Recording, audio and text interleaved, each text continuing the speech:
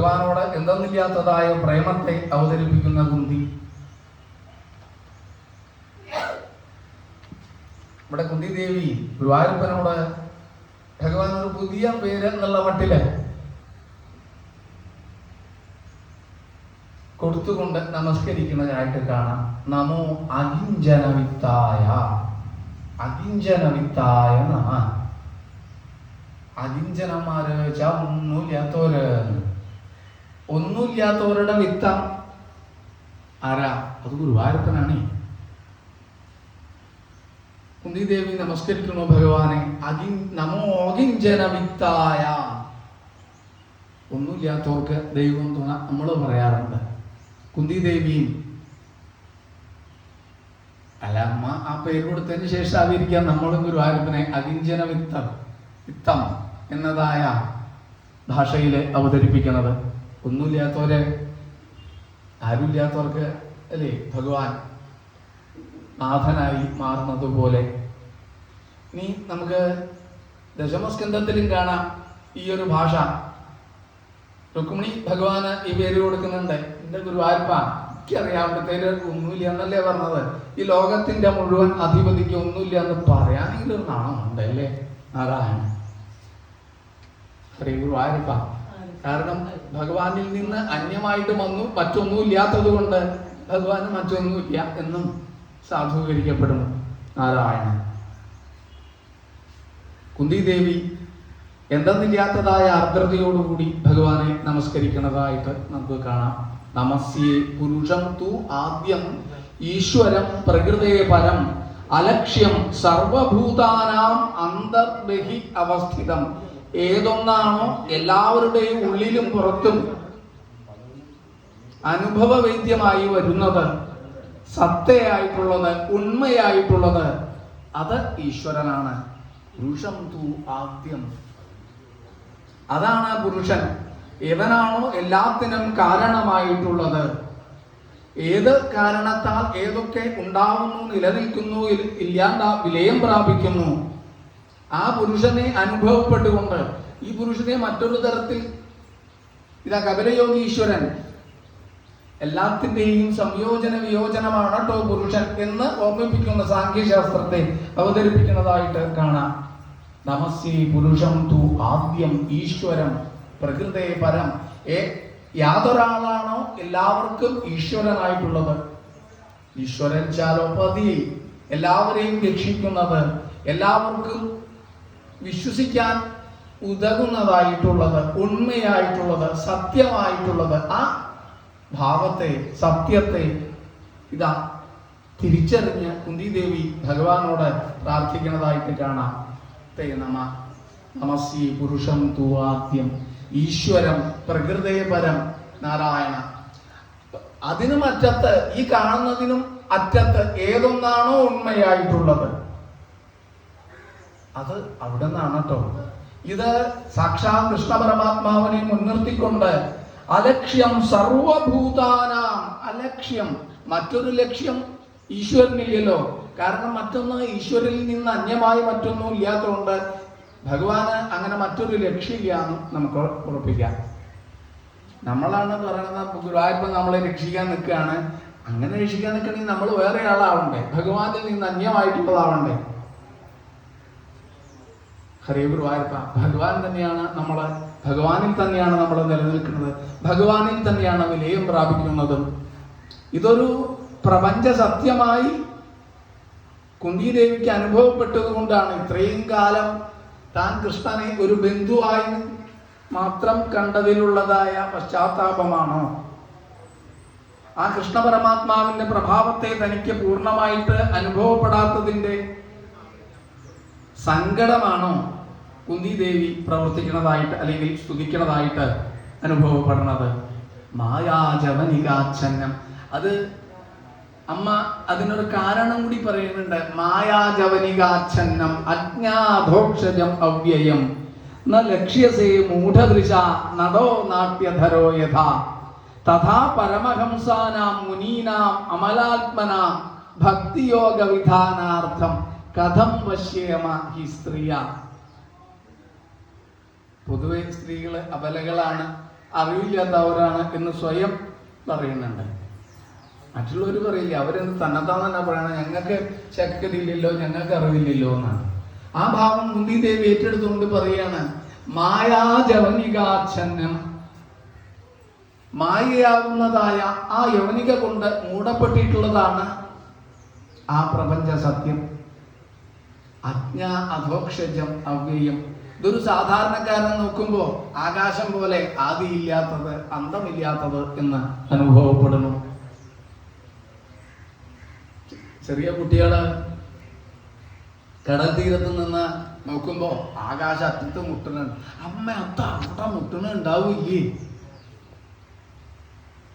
അവന്റെ മുഖത്ത് നോക്കി ചിരിക്കുന്നതായ ഭാവത്തിൽ കാരണവന്മാര് നിലനിൽക്കുന്ന, അല്ലെങ്കിൽ അവന്റെ അമ്മ നിലനിൽക്കുന്നത് പോലെ ആ കൃഷ്ണ പരമാത്മാവ് തനിക്ക് ഉള്ളതായ ജ്ഞാനം മുഴുവൻ പകർന്നു തന്നുകൊണ്ട് ആ പ്രേമരസത്തെ തന്റെ ഭാവത്തെ മുഴുവൻ ഉൾക്കൊണ്ടുകൊണ്ട് ആ പ്രേമരസത്തെ ഹാസമായി, ആ മൃദുമന്ദഹാസമായി അവതരിപ്പിച്ചുകൊണ്ട് തന്നെ രക്ഷിക്കാൻ, തന്നെ അനുഗ്രഹിക്കാൻ തന്റെ മുന്നിൽ നിൽക്കുന്നതായിട്ട് അനുഭവപ്പെട്ടുകൊണ്ട് കുന്തിദേവി പ്രാർത്ഥിക്കുന്നു. മായാ ജവനികാച്ഛന്നം അജ്ഞാ അധോക്ഷജം അവ്യയം ന ലക്ഷ്യസേ മൂഢദൃശ നടോ നാട്യധരോ യഥാ. നടനെ കഥാപാത്രമായി ആരോപിക്കുന്നത് പോലെയാണല്ലോ ലോകത്തെ നമ്മള് സമീപിക്കുന്നത്. എന്താ ഗുരുവായൂരപ്പ എനിക്കിതിന്റെ സത്യമൊന്നും അനുഭവപ്പെടാത്തത്? കുന്തിദേവി ഭഗവാനോട് തനിക്ക് ഈ ജ്ഞാനത്തെ വേണ്ട പോലെ ഉൾക്കൊള്ളാൻ സാധിക്കുന്നില്ലല്ലോ എന്ന് പരിഭവിക്കുന്നതായിട്ട് കാണാം. പരമഹംസാനാം മുനീനാം അമലാത്മനാം ഭക്തിയോഗ വിധാനാർത്ഥം. അറിവുള്ളവര് ഭക്തിയോഗത്തെ കൊണ്ടോ മറ്റു യോഗങ്ങളെ കൊണ്ടോ പരിപൂർണമായി അവിടുത്തെ ഉള്ളിലേക്ക് ഏറ്റെടുക്കണം. അത് സാധാരണക്കാർക്ക് പ്രാപ്യമല്ലോ ഗുരുവായൂരപ്പ. അവര് ഗുരുവായൂരപ്പനോട് മറ്റൊരു തരത്തിൽ സമീപിക്കാനാണ് ശ്രമിക്കുന്നത്. കൃഷ്ണായ വാസുദേവായ ദേവകീനന്ദനായ ച നന്ദഗോപകുമാരായ ഗോവിന്ദായ നമോ നമ. കുന്തിയുടെ സ്തുതിയെ ഭൗതികമായിട്ട് എടുക്കുമ്പോൾ ഒരു ബന്ധത്തിന്റെ രൂപത്തിലുള്ളതായ സ്തുതിയായിട്ടും, കൃഷ്ണായ വാസുദേവായ വസുദേവരുടെ പുത്രനായിട്ട്, ദേവകീനന്ദനായ ച ദേവകിയുടെ പുത്രനായിട്ട്, നന്ദഗോപകുമാരായ നന്ദഗോപരുടെ പുത്രനായിട്ട്, ഗോവിന്ദായ പശുക്കളെ മേയ്ക്കുന്നവനായിട്ട്. ഇത് മാത്രാണോ കൃഷ്ണായ വാസുദേവായ? ആർത്തും പരിപൂർണമായി കുന്തി ഉൾക്കൊണ്ടിട്ടുണ്ടാവാം. തൻ്റെ ഉള്ളിൽ നിന്ന് വരുന്നതായ ആ പ്രേമത്തെ വാക്കാക്കി മാറ്റാൻ അന്ന് കുന്തി ദേവിക്ക് സാധിച്ചു. നമ പങ്കജനാഭായ. അവിടെ ആ പരിപൂർണ വാസുദേവൻ എന്നുള്ളതായ വാക്കിന്റെ അർത്ഥത്തെ പങ്കജനാഭൻ എന്നതായ പദം കൊണ്ട് കുന്തി ദേവി കണ്ടെത്തല്ലേ എന്നുകൂടി നമുക്ക് സംശയിക്കാം. വസുദേവൻ ചാൽ വസുക്കള ഇന്ദ്രിയങ്ങള് എന്നർത്ഥം. അപ്പൊ വസുദേവര് വെച്ചാലോ ഇന്ദ്രിയങ്ങളുടെ ദേവൻ. ആരാണ് ഇന്ദ്രിയങ്ങളെ നയിക്കണത്? മനസ്സാണ്. തസ്മിൻ യേഷ്ടതേ സ വാസുദേവ. അയാളാണ് കേട്ടോ വാസുദേവൻ. നമ പങ്കജനാഭായ നമ പങ്കജമാലിനെ നമ പങ്കജനേത്രായ നമസ്തേ പങ്കജാഘ്രയേ. സൗന്ദര്യ ഉത്തരതോപി സുന്ദരതരം ദുർഗ്രൂപം ആശ്ചര്യതോപ്യാശ്ചര്യം. ഇത് കുന്തി ദേവിക്ക് അനുഭവപ്പെട്ടുകൊണ്ട് ഭഗവത് പാദാരവിന്ദങ്ങളിൽ നമസ്കരിച്ചുകൊണ്ട് പ്രാർത്ഥിക്കുന്നു. വിപദ സന്തു നശ്വൽ തത്ര തത്ര ജഗദ്ഗുരു. എനിക്ക് എവിടെയൊക്കെ ആപത്തുണ്ടായിട്ടുണ്ടോ അവിടെയൊക്കെ അവിടുന്ന് എനിക്ക് രക്ഷകനായി വന്നിട്ടുണ്ട്. ഹേ ഗുരുവായൂരപ്പ, ഭവതോ ദർശനം യൽസ്യാല പുനർഭവ ദർശനം. എനിക്ക് വേണ്ടത് ഇത് മാത്രമാണ്. അടിയന്റെ അംഗപ്രത്യംഗങ്ങളെ മുഴുവൻ അവിടുത്തേതായ പാദാരവിന്ദങ്ങളിൽ വെച്ച് സമർപ്പിച്ച് നമസ്കരിക്കുമ്പോൾ തൃപ്തി അടയുമ്പോൾ എന്തൊരു ആർദ്രതയാണ് ഗുരുവായൂരപ്പ അടിയന്റെ മനസ്സിന് അനുഭവപ്പെടുന്നത്. നമോ അകിഞ്ചന വിത്തായ ജന്മ ഐശ്വര്യ ശ്രുതശ്രീഭിരേധമാനമതപ്പുമാൻ നൈവാർഹത്യഭിധാതും വൈ ത്വാം. എന്റെ ഗുരുവായൂരപ്പ അകിഞ്ചന ഗോചരം. നമോ അകിഞ്ചന വിത്തായ, ഒന്നുമില്ലാത്ത ഒരു ഗുരുവായൂരപ്പ, ഇനി മറ്റാരുമില്ലേ എനിക്ക് രക്ഷ എന്ന് പറഞ്ഞ ഭഗവത് പാദാരവിന്ദങ്ങളിൽ ആശ്രയം പ്രാപിക്കുമ്പോ നിവൃത്ത ഗുണവൃത്തയെ ആത്മാരാമായ ശാന്തായ. എന്റെ ഗുരുവായൂരപ്പ അതിന്റെയൊക്കെ അർത്ഥം അവിടുത്തെ കോമൽ കൈകാൽ കുടഞ്ഞും മൃദുഹസിതമൊടും ചറ്റു പിന്നക്കരഞ്ഞും തേഞ്ചോരും ചുണ്ടുകൊണ്ട പെരുവിരൽ രസമായി ഈമ്പി ഈമ്പി കുടിച്ചും ലോകം പാലിക്കുമീശൻ വെറുമൊരു ശിശുവെപ്പോൾ കിടക്കുന്നു. ഹാ ഹാ ദിവ്യം കൈശോരവേഷം മൃദുലകളതേ പൊന്മണി സുപ്രസന്നം കരാരവിന്ദേ നമദാരവിന്ദം ആത്മാരാമായ ശാന്തായ. കരാരവിന്ദേ നമദാരവിന്ദം മുഖാരവിന്ദേ വിനിവേശയിന്ദം വടസ്യ പത്രസ്യ പുടേ ശയാനം ബാലം മുകുന്ദം ആത്മാരാമായ ശാന്തായ കൈവല്യപഥയേ നമഃ.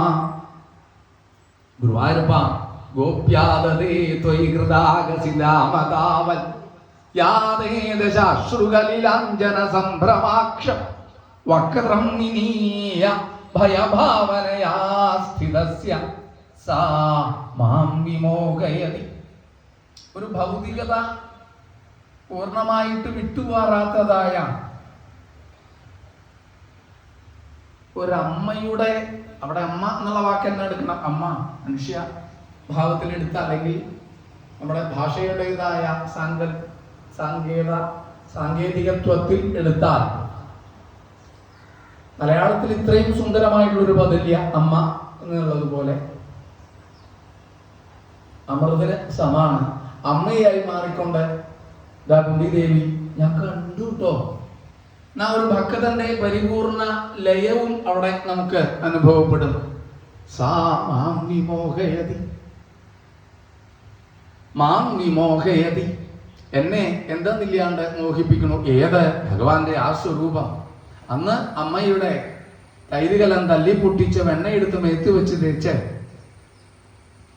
അത് കൊരഞ്ഞുണ്ണി രാമന്മാർക്കും പൂച്ചക്കുറിഞ്ഞികൾക്കും ഇട്ടുകൊടുക്കുമ്പോ അമ്മ തല്ലുവോന്ന് പേടിച്ച് വടിയെടുത്ത് അമ്മ എന്തോ ഒരു വഴയുടെ എടുത്ത് ഭഗവാനെ സമീപിച്ചപ്പോ തല്ലുവോ എന്ന് പേടിച്ച് എന്തെന്നില്ലാത്തതായ ഒരു ഭയഭാവനയാ സ്ഥിതസ്യ. ഗുരുവായൂരപ്പ ഭീരവിഭേദി, ആരെ പേടിച്ചാണോ ഭയം പോലും നടക്കുന്നത്.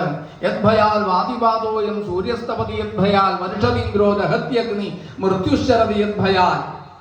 ആ ചൈതന്യ സ്വരൂപം ഇതാ. പേടി വരാത്തതുകൊണ്ട്, കണ്ണ് കലക്കാത്തത് കൊണ്ട് കൈ രണ്ടും കൂടിയിട്ട് കണ്ണിനെ കർപ്പിച്ച് സ്വയം പേടിക്കണുണ്ട് എന്ന ഭാവത്തിൽ ഭയഭാവനയാ സ്ഥിതസ്യ സാ മാം വിമോഹയതി യദ്ബിഭേദി ഭീരവി യദ്ബിഭേദി. എന്നെ എന്തെന്നില്ലാണ്ട് മോഹിപ്പിക്കുന്നതായ സ്വരൂപത്തെ കുന്തിദേവി അനുസ്മരിക്കുന്നു. ശ്രീകൃഷ്ണ കൃഷ്ണസഖ വൃഷ്ണിർഷഭ അവനിധുരാജന്യവംശദഹന അനപവർഗവീര്യ ഗോവിന്ദ. വാക്കിനെ ആദ്യം ഉപയോഗിച്ചതായ അർത്ഥതലത്തിൽ നിന്ന് മാറിക്കൊണ്ട് ഗോവിന്ദൻ, ഗോക്കളെ രക്ഷിക്കുന്നവൻ.